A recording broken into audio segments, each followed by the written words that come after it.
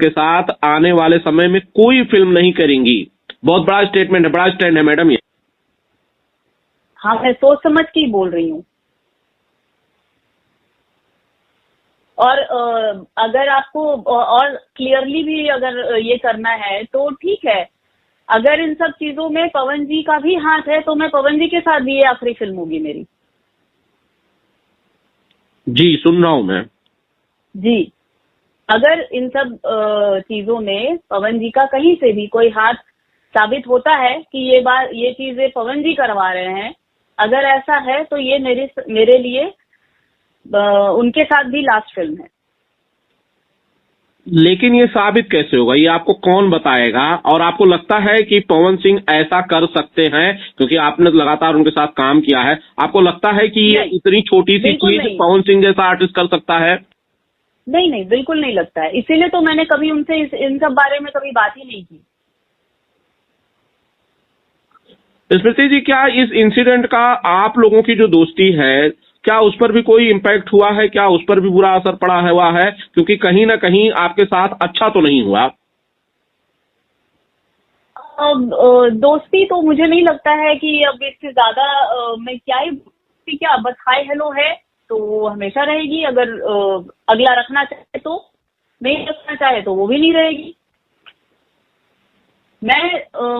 मैं हमेशा से इस पर अपने आप को और अपने इज्जत को सबसे ऊपर रखती हूँ। अगर कोई अगला आपके साथ बदतमीजी करे या फिर आपको तवज्जो ना दे तो मैं उस गली जाती ही नहीं। जी जी, जी। स्मृति जी, खैर बातचीत काफी लंबी हो गई। मुझे एक चीज सिर्फ ये कहनी है कि अब हर हर गंगे रिलीज पर है, और आपको भी ऑडियंस को अगर आप ये कहना चाहें, आप ये कहना चाहें हमारे जरिए कोई मैसेज देना चाहें कि भाई प्लीज फिल्म बहुत अच्छी बनी है, इन सारी चीजों से अपार्ट मूवी बहुत अच्छी बनी है और आप लोग थिएटर्स में आइए और देखिए, क्या आप ऐसा कोई मैसेज देंगी ऑडियंस को?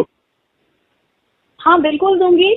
मैं यही कहना चाहूंगी कि हर हर गंगे ने हम सब ने मिलकर बहुत मेहनत की है और मुझे जैसा ट्रेलर से लग रहा है देख करके कि एक अच्छी फिल्म बनाई गई होगी। तो प्लीज जाइए और थिएटर्स में जाकर ये फिल्म देखिए। पवन जी ने भी इस फिल्म में बहुत मेहनत की है और हम सब ने मिलकर एक अच्छी फिल्म बनाने की कोशिश की है। तो आप लोग जो भी हमारे दर्शक हैं वो जाएं। और हाँ, ये एक स्टेटमेंट मैं अभी भी देना चाहूंगी फिर से कि शायद क्या ये पवन जी के साथ स्मृति सिन्हा की आखिरी फिल्म होगी। तो इसके लिए आपको जरूर जाना चाहिए। जी बिल्कुल। मैं आप अगर ये आपका स्टैंड है कि आपका पवन सिंह के साथ ही ये आपकी आखिरी फिल्म होगी, तो फिर मैं इसके पीछे की वजह भी पूछूंगा स्मृति जी। हाँ, वजह यही है कि अगर ये सब हो रहा है और पवन जी ये सब देख रहे हैं और अगर आप मेरे दोस्त हैं तो आपको भी इस पर आपत्ति होनी चाहिए थी कि क्यों इस फिल्म की हीरोइन के साथ इस तरह का सलूक हो रहा है। अगर आपको फर्क ही नहीं पड़ता है इसका मतलब आप दोस्त नहीं हैं। बिल्कुल सुन रहा हूँ मैं, आई कैन हियर यू।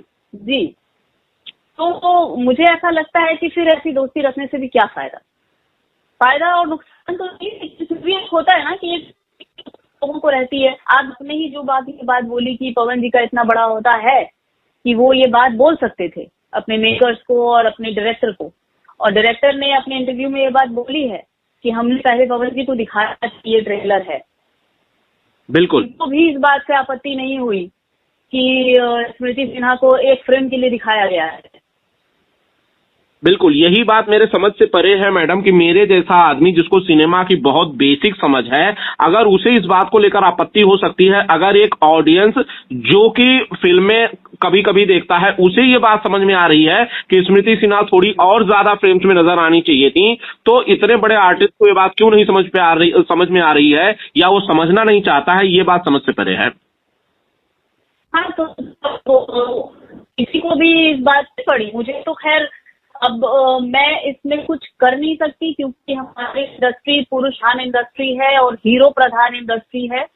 तो हर बार ये होता है कि आप ट्रेलर रिलीज करने से पहले आप हीरो को दिखा रहे हैं, आप अपने इंटरव्यू में ये बात बोल रहे हैं कि हमने ट्रेलर रिलीज करने से पहले हीरो को ट्रेलर दिखाया है, हीरोइन को क्यों नहीं दिखाया है? जी। तो जब हीरोइन को नहीं दिखाया, हीरो ट्रेलर भी देखा है, डायरेक्टर ये ट्रेलर देख रहे हैं, प्रोड्यूसर्स ये ट्रेलर देख रहे हैं, किसी को कोई फर्क नहीं पड़ रहा है। तो इन तीनों के साथ मैं आखिरी फिल्म है मेरी। स्मृति जी, मैं समझ सकता हूँ आपके मन की जो स्थिति होगी इस वक्त, ये मैं समझ सकता हूँ। किसी को भी ये बात बहुत ज्यादा हर्ट कर सकती है मैडम कि इतनी मेहनत के बाद उसके साथ कोई ऐसा करे। और किसके साथ फिल्में करना चाहती हैं ये आपका अपना फैसला है, और मुझे लगता है कि इसमें कोई आपको रोक नहीं सकता, कोई जोर जबरदस्ती नहीं कर सकता।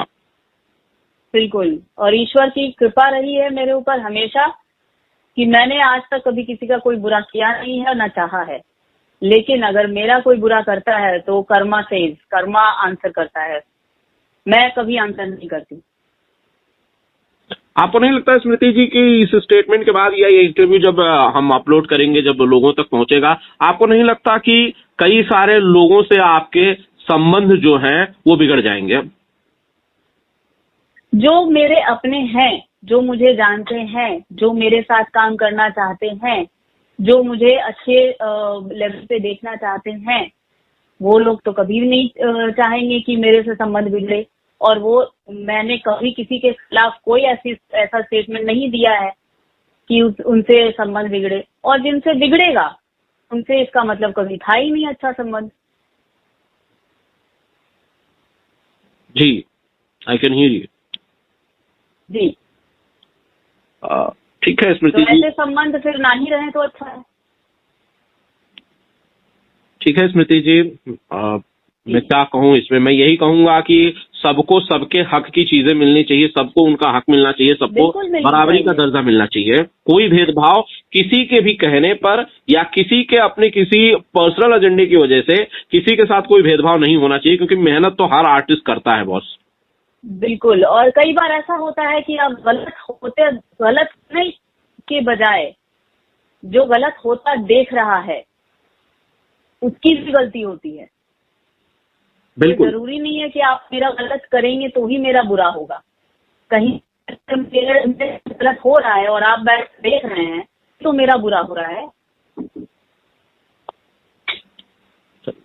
स्मृति जी, थैंक यू सो मच इस सारी बातचीत के लिए। आपने वक्त दिया मुझे और आपने खुल के अपनी बातें लोगों तक पहुंची। मैं समझ रहा हूँ ये सारी चीजें अब पब्लिक डोमेन में है और जो लोग हैं, जो दर्शक हैं, वो सब जानते हैं और अब इस पर वो अपनी प्रतिक्रियाएं देंगे।